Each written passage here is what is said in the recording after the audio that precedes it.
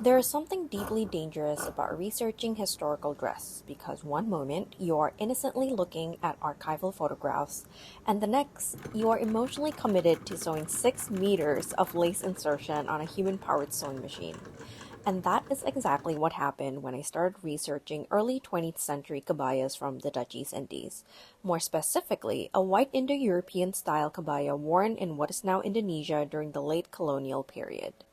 By this point, the kebaya had already become a well-established garment worn across different communities, with styles shaped by class, fashion, and access to imported textile. Among Indo-European women, white kebayas became especially popular, often made from lightweight cotton and decorated with lace and embroidery.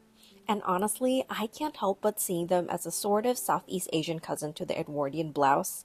The same love of lace, the same refusal to leave fabric plain, and the moment I zoom into archival lacework and see rows of pintucks edged with delicate lace insertion, I know I'm doomed.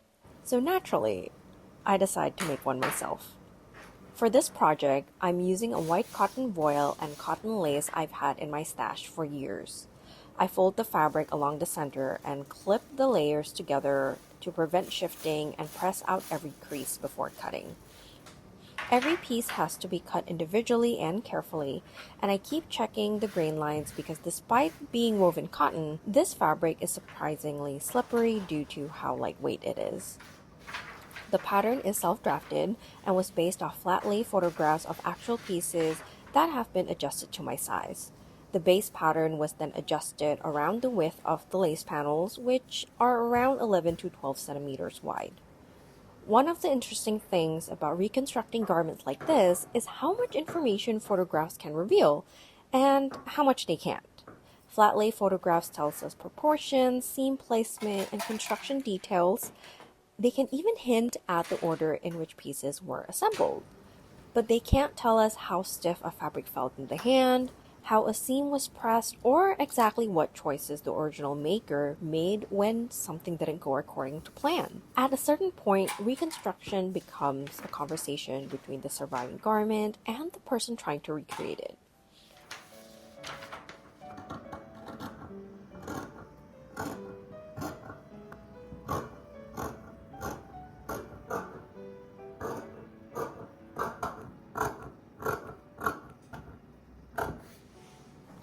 Before starting the actual garment, I already made a sample of the lace panel I wanted.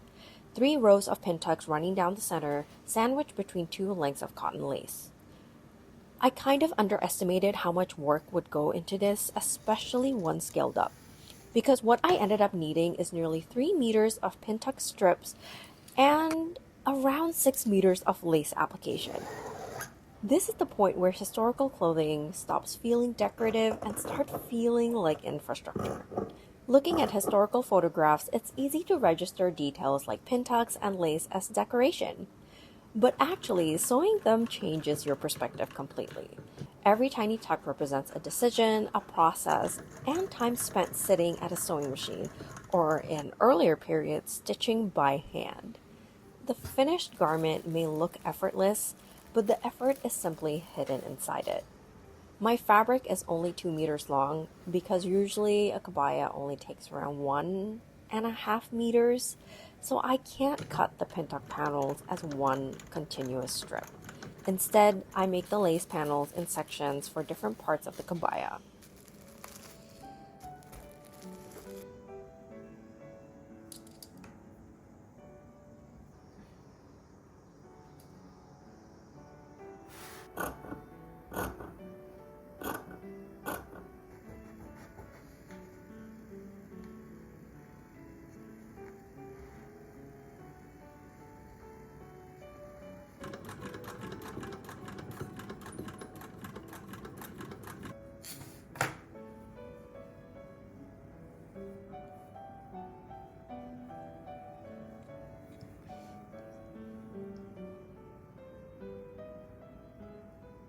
Once the lace panels are complete, it's finally time to assemble the garment. Historically, kebayas were sewn with extremely narrow French seams, so I want to use French seams here as well. Original seams were around 2 to 3 millimeters wide, but unfortunately for this project, I'm going with 5 millimeters instead. Examining surviving garments has given me an entirely new respect for the people who made them. These kebayas were frequently constructed with seam allowances so narrow that they almost seem impossible until you're staring at them under magnification. The level of precision required is honestly a little intimidating. There is a brief moment where I consider attempting smaller seam allowances and then immediately decide that that can be a challenge I'll tackle for the next kebaya. And then comes attaching the lace. While the lace for the body is attached last, the sleeve lace has to be attached before the sleeves are sewn close. And it's at this exact moment that I realize the lace patterns don't quite match across the seam. Structurally, everything is correct, everything is secure, but the rhythm of the lace isn't perfectly parallel. I stare at it for a moment thinking, I could fix this. And then realize the more honest answer is, I'm absolutely not fixing this.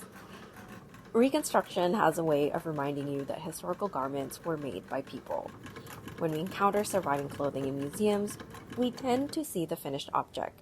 We rarely see the compromises, the corrections, or the moments where the maker simply decided that something was good enough and moved on. So while I'd love to pretend every historical seamstress achieved perfect lace alignment every single time, I suspect reality was probably a bit more complicated.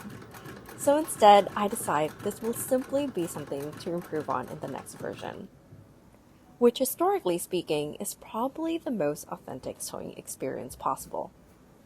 One thing that surprised me throughout this process was how interconnected everything is. The width of the lace determines the pattern determines the placement of the seams determine the order of construction, and even seemingly decorative detail can reshape the entire garment. What initially appears delicate is actually the result of enormous amount of planning.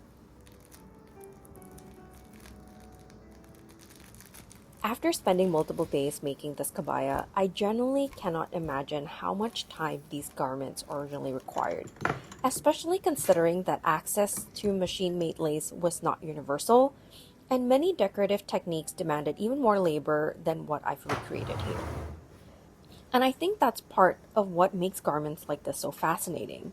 At first glance, a white kebaya can appear deceptively simple. It's lightweight, it's elegant, it doesn't occupy the same visual space as a heavily structured European gown. But spending time reconstructing one reveals an entirely different story. Every pintuck, every seam, every length of lace represents hours of accumulated skill and labor. Looking at the finished garment now, I find myself appreciating not only the design itself, but also the people who made, wore, and maintained garments like these in everyday life. This is only the beginning of my journey of recreating historical kebayas and documenting what I learned along the way. So I hope you enjoyed watching this video, and I'll see you in the next one.